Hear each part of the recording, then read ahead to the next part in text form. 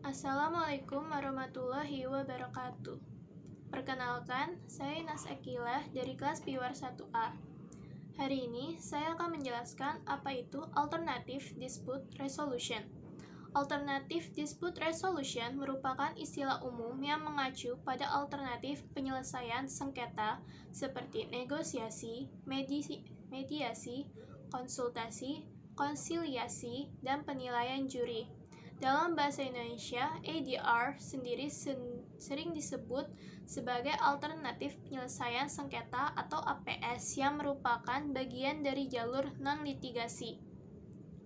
Bentuk ADR sendiri dalam Undang-Undang Nomor 30 Tahun 1999 tentang Arbitrase dan Alternatif Penyelesaian Sengketa adalah konsultasi, mediasi, negosiasi, konsiliasi, atau penilaian ahli.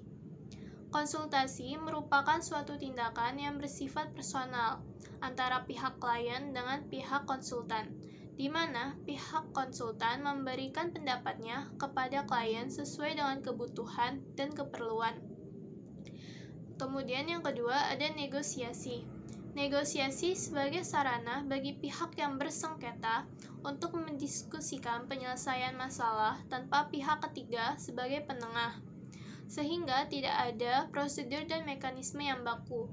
Penyelesaian sengketa sepenuhnya dikontrol oleh pihak yang bersangkutan, sifatnya informal dan membahas aspek lain selain di luar hukum. Konsiliasi merupakan kebalikan dari mediasi, di mana penyelesaian sengketa melibatkan pihak ketiga, disebut dengan konsiliator. Konsiliator bersifat lebih aktif dengan mengambil inisiatif menyusun dan merumuskan langkah-langkah penyelesaian.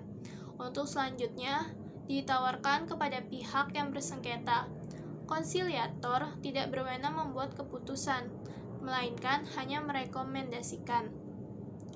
Kemudian ada mediasi. Mediasi adalah penyelesaian, di mana mereka melibatkan pihak ketiga yang bersifat netral.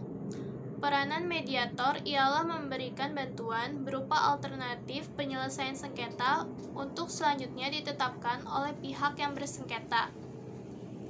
Yang terakhir ada penilaian ahli. Merupakan cara dengan menggunakan pendapat ahli untuk suatu hal yang bersifat teknis sesuai dengan bidang keahliannya. Kemudian ada contoh kasus. Contoh kasus yang saya gunakan ialah perusahaan ABCD mem-PHK staf karyawan yang telah bekerja selama lebih dari 20 tahun di perusahaan tersebut dengan alasan kinerja yang memburuk. Karyawan tersebut tidak terima karena menurut dirinya kinerja yang memburuk disebabkan oleh lingkungan kerja yang tidak lagi nyaman, sehingga ia melakukan protes. Pihak perusahaan akhirnya memanggil seorang konsiliator untuk meminta alternatif penyelesaian masalah ini. Setelah mengajukan beberapa usulan penyelesaian, pihak perusahaan dan karyawan tersebut akhirnya menyetujui sebuah usulan, di mana karyawan tersebut akhirnya dipindahkan ke cabang lain. Namun apabila kinerja karyawan tersebut tak kunjung membaik dalam waktu 3 bulan, maka perusahaan berhak memutuskan hubungan kerja dengan peringatan.